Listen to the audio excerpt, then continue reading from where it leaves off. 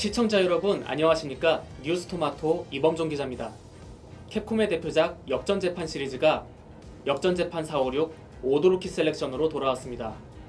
이 게임은 변호사가 누명 쓴 의뢰인을 단 3일 안에 무죄로 만든다.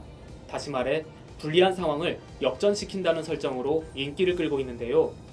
실제 법정은 어떤지, 그리고 실제 변호사는 게임 속 변호사에게 어떤 점에서 공감하는지 강지현 리율 법률사무소 대표 변호사님 모시고 말씀 나누겠습니다. 변호사님 어서 오세요. 안녕하세요.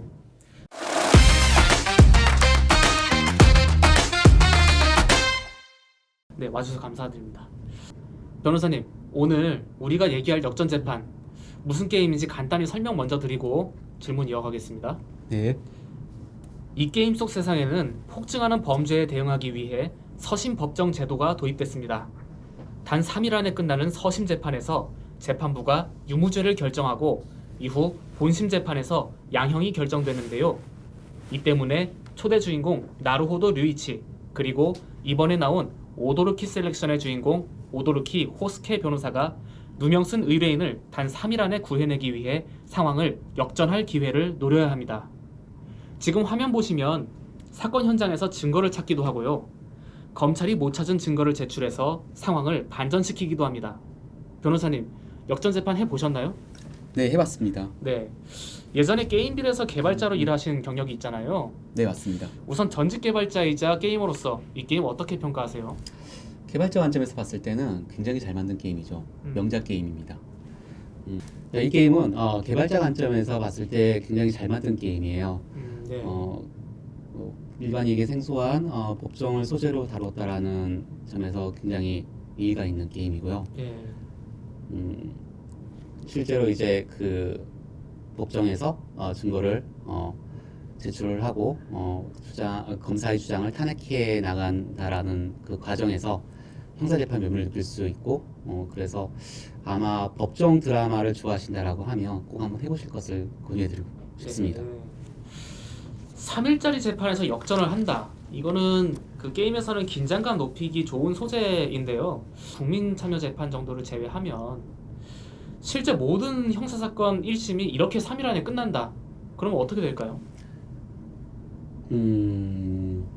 실제 3일 안에 끝날 수가 없죠. 사실 수사가 이제 시작이 되는 사건이 발생을 해야 되고 수사부터 재판까지 네. 거의 서너 달은 걸리니까요. 네. 실제로 3일 안에 끝날 수가 없습니다. 네. 게임 설정으로는 매력적인데 이게 현실이 되면 위험하다 이런 취지시죠? 네, 맞습니다. 네. 왜냐면은 실체적 진실이 묻히게 되고 네. 그 억울한 유죄 판결이 좀 계속 나올 것 같고. 네. 그리고 이 게임 하다 보면 실제로 저렇게 하면 어떻게 될까 싶은 게 이거 말고도 꽤 많잖아요. 지금 보시면은 이소 이렇게 외치면서 변호사가 삿대질을 합니다. 그리고 검사도 그렇고요. 근데 실제 법정 가면은 점잖게들 하시지 않나요? 네, 맞습니다. 대부분 변호사석이나 검사석에 앉아서 그런 그 재판을 진행을 하게 되고 물론 이제 감정이 격해지거나 흥분을 하게 되면 네. 소리가 지르는 경우도 왕왕 있습니다. 아. 그럴 때마다 재판부에 진정을 시키고요. 네. 그리고 이제 제지를 하게 됩니다. 네. 또 하나 궁금한 게 탐정 모드에서 얻은 증거를 변호인이 그 법정 모드에서는 중간중간에 새로운 증거 제출하면서 진행하잖아요. 네, 맞습니다. 화면은 저렇게 그 받아라 하면서 던지듯이 이렇게 말을 하고 그러면 실제로도 계속해서 새 증거 제출하고 그 자리에서 증거를 들여다보는 식으로 진행되기도 하나요? 일단은 받아라 하고 던지면 큰일 나고요. 네. 먼저 이제 판사님께서는 그 이제 공판 준비 이제 절차에서 증거를 일괄적으로 신청하기를 원하십니다. 그래야지 재판에 대한 일정을 잘 잡을 수가 있고요. 증인도 이제 증인 일정에 맞춰서 잘 부를 수가 있기 때문에 그렇게 일반적으로는 이제 일괄적으로 신청을 하기를 원하시고요. 하지만 이제 형사소송 규칙 제 82조부터 증인들에게도 서류나 아니면 증거물들을 이제 물건을 제출할 수 있는 규정을 두고 있어요. 네.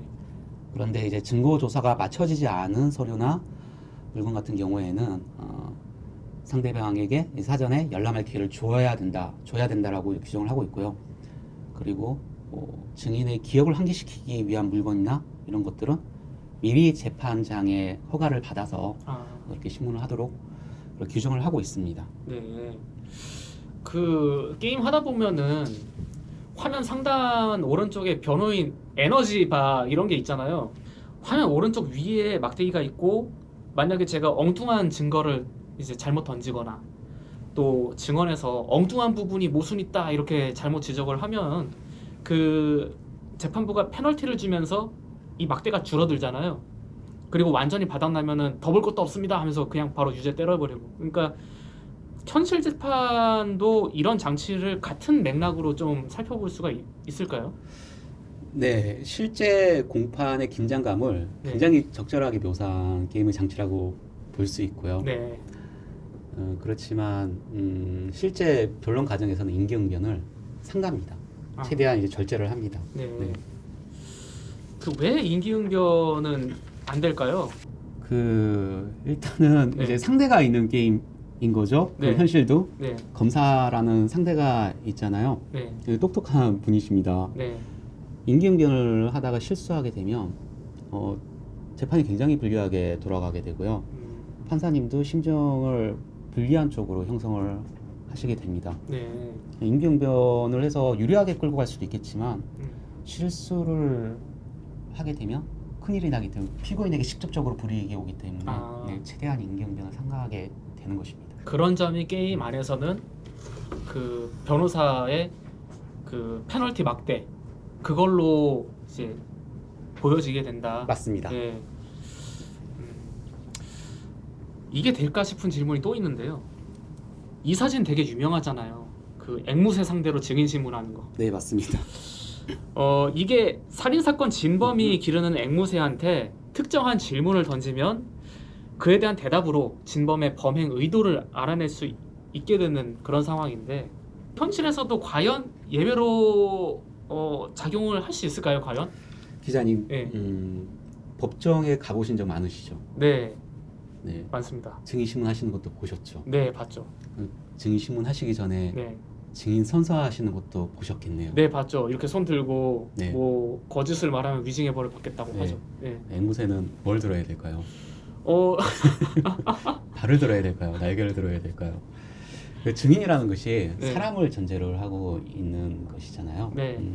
그래서 사실 앵무새를 증인 신청으로 해서 네, 재판부가 증인 신청을 받아들인다라는 것은 있을 수 없는 일입니다. 네, 다만 앵무새가 범죄 현장에 있어서 네, 범죄와 관련되어 있는 언어를 말을 하거나 네, 아니면 거기에 대한 범죄와 관련되어 있는 유력한 증거를 보여주거나 이럴 경우에는 감정 대상으로서 앵무새를 이제 다뤄볼 수는 있겠지만 예. 증인으로서는 불가능합니다. 아, 네, 역전 재판 하다 보면 진범 무너뜨리기가 굉장히 어렵잖아요. 네, 저렇게 점점 궁지에 몰리다가 막판에 가면 쓰러지는 시기인데요. 그런데 진범이 저렇게 법정 한가운데에 앉아가지고 피고인을 공격하는 거 이게 흔한 일일까요? 본인에게 네. 큰 형량을 선고할 수 있는 판사 곁에 가고 싶으시겠어요? 불가능한 것으로. 네. 이 세 명이 모여 있는 그 한 네. 자리에 간다라는 건 사실상 정상인이라고 하면 생각하기 어렵죠. 네. 그래서 실제로는 굉장히 이제 담력이 큰 사람이나 네. 감히 굉장히 이제 무모한 사람이거나 네. 아니면 사이코패스이거나 이런 사람이 아니면 실제로는 이렇게 법정에 가서 본인 스스로가 증인이 되기를 네. 원하진 않겠죠. 그렇군요. 검사가 재판부에 반말하거나 그리고 법정에 채찍 들고 와서 변호사도 후려치고 판사도 후려치는 이런 짓을 하면은 실제로는 되게 큰일 나겠죠? 큰일 납니다. 네. 그 자체로 큰 범죄입니다. 네. 네. 일단은 이제 채찍을 들고 와서 이걸 들고 있는 것만 해도 특수협박죄가 성립을 하게 되고요. 네. 내려쳐서 다치게 하면 특수상해죄, 예. 그리고 법정에서도 법정 모욕죄가 적용될 수 있기 때문에 재판에 지고 싶으면 이제 그렇게 하는 것이고요. 네. 그러지 않다라고 하면 불가능하죠. 네. 그 형량이 어떻게 될까요? 실제로 이제 법정 모독죄 같은 경우에는 징역 3년 이하, 네. 벌금 700만 원 네. 이하의 월급이 이제 나올 수가 있고요. 네. 그리고 특수상해죄 같은 경우에는 징역 1년 이상, 아. 10년 이하의 아. 징역이 나올 수가 있습니다. 아, 실제 검사 중에 누구도 채찍을 들고 오진 않겠군요. 맞습니다. 이번엔 변호사님 얘기를 해볼게요. 초대 주인공 나루오도는 초등학생 때 급식비 도둑으로 몰렸다가 친구 미츠루기가 재판에서 모든 것은 증거품만이 말해준다 이렇게 소리 지르면서 변론해가지고 억울함을 풀고 그 다음에 나는 고독한 사람의 편이 되겠다 라면서 변호사가 됐잖아요. 변호사님은 왜 개발자에서 변호사로 진로를 바꾸신 거예요? 그러니까 이제 개발자 시절에 주말에 이제 도서관에 가서 책을 읽는데 우연히 지나가다가 눈에 꽂히는 책이 있어서 책을 꺼내서 감동 깊게 읽은 거죠. 그 책 이름이 전태일평전이었습니다. 아, 전태일평전을 읽다가 문득 이 저자가 궁금하다라고 해서 저자를 봤는데 조영래 변호사님이시더라고요. 네. 조영래 변호사님 삶의 자취를 쭉 보면서 변호사라는 지금 참 매력적인 직업이구나 하는 생각이 들어서 로스쿨에 지원을 하게 되고 그리고 변호사 자격을 취득을 했습니다. 아, 그러셨군요. 변호사 되신 이후로 그 현실 속에서 역전 재판을 해내신 경험이 좀 있으신가요? 네. 이제 1심에서 진 사건을 2심에서 이긴 건들이 몇 건이 있는데 네. 이 자리에서 이제 재밌게 얘기할 수 있는 것은 향토 예비군 설치법 위반 사건이 하나 있었어요. 검사가 이제 기소한 내용은 피고인이 소집통지서에 서명도 했고 수령했다는 서명을 했으면서도 예비군 훈련에 안 나왔다 네. 하는 것이었고요. 그래서 1심에서 이제 벌금형을 선고를 받고 2심에서 피고인은 억울하다고 항소를 이제 하셨어요. 네. 이제 제가 그걸 변론을 맡게 됐는데 그 변호를 맡게 되면서 사건을 쭉 보니까 피고인께서는 의뢰인께서는 내 서명이 아니다. 아, 내가 받은 게 누가 아니다. 네. 대신했다? 네. 내 자표 서명이 아니다라고 이제 주장을 했었고요. 그래서 이 의뢰인이 그 유죄 선고를 받은 유일한 증거는 그 자표의 서명밖에 없었어요. 아, 이것만 탄핵을 하게 되면 다른 증거들은 없는 거죠. 그래서 예비군 동대에 문서 제출 명령을 이제 한 거죠. 실제 원본을 보내라. 네. 3번을 보내지 말고 그걸로 필적 감정을 하겠다.